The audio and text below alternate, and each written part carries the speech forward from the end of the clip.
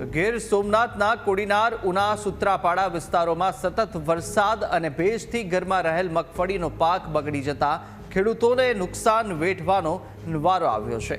ત્યારે ખેડૂતોએ રાત દિવસ પંખા બલ્બથી ગરમી આપીને ભેજ ઘટાડવાના પ્રયત્નો કર્યા રહ્યા છે, પરંતુ ભેજ ન ઘટતા મગફળીના પાકને નુકસાન અને ખેતરનો અને ઘરનો પાક બંને નષ્ટ થતા વર્ષભરની મહેનત વેડફાઈ ગઈ છે। ત્યારે પશુચારો પણ વરસાદમાં પલળી જતા ખેડૂતો આર્થિક રીતે કંગાળ બન્યા છે।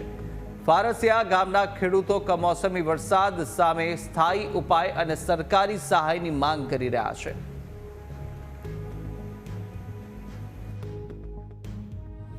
4 વીઘા જમીન હતી, નુકસાન 100% છે મગફળીમાં, સોયાબીનમાં, બરાબર। શેરડીનો પાક અમારો વાવાઝોડા નુકસાન તો 100% છે અમારા ગામની અંદર।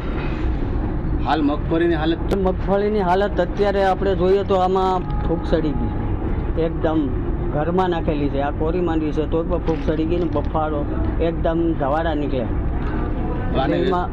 એમાં કંઈ થાય નહીં। હવે આનો ભાવ આવશે કે નહીં આવે? આનો ભાવ તો હવે સાહેબ શું આવે, આમાં 500, 800, 800 રૂપિયા બજાર આવે કદાચ।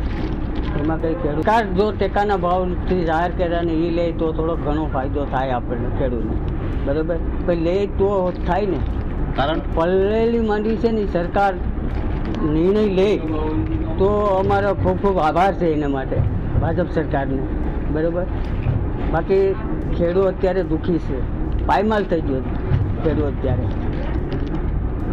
ઘરમાં હવામાન વિભાગે આગાહી કરી હતી કે પણ વરસાદ તો સતત ચાલુ છે, બાયણેથી કાઢીને ઘરમાં રાખી તો ઘરમાં પણ પલ્લી ગયેલ છે। લીલી મગફળી તો હુકાયાની તો તડક્યો તો નતો, તે હુકાઈ જાય। હવે શું કહેશો?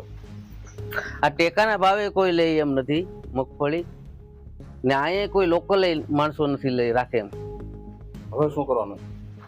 આ મગફળી ફેલ છે હવે અત્યારે।